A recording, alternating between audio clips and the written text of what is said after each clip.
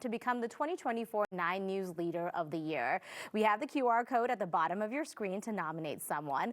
Also joining us today is Jerome Davis from the Denver Metro Chamber. Thanks so much for coming today. I appreciate it. Thanks for having me. Okay, so when we're talking about the nomination process, what kind of things should people be looking out for to nominate someone? Well, it's a wonderful opportunity to really highlight leaders that are doing great things in our community in terms of lifting it up. And we really like to look for an individual who really embodies sort of what we call the Colorado Civic DNAs of Colorado here that really embody coming out of the Leadership Foundation. And that's inclusivity, shared vision, responsibility, leadership, and collaboration.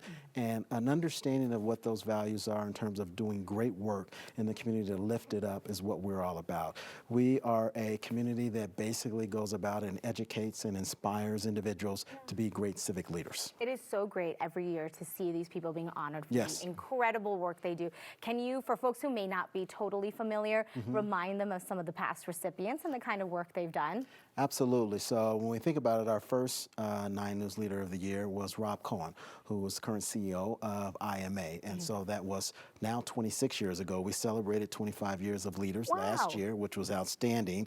We have your very own Jesse Ogas, who was one of the 9 News Leader of the Year. Venetia Kerr was the leader last year. And the list goes on and on about, and they're in a variety of sectors throughout our community that have just done great, great work to lift us up. So if somebody is coming to mind for folks at home, how do they go about the nomination process? Sure. Well, the easiest way is, I know we've got a QR code that you can see and link that in there and just nominate them, give a name. We'll look to follow up with them with just a bio and a photo and filling out an application that's not very hard. I know people are like, I don't want to do that. I don't want to fill it out. Might take you about 5-10 minutes to do it. And there's an evaluation process that goes. So we usually end up with about 30 to 50 nominees. We work with a group that brings that down to about 6. Then there's an interview process to bring the 6 to 3.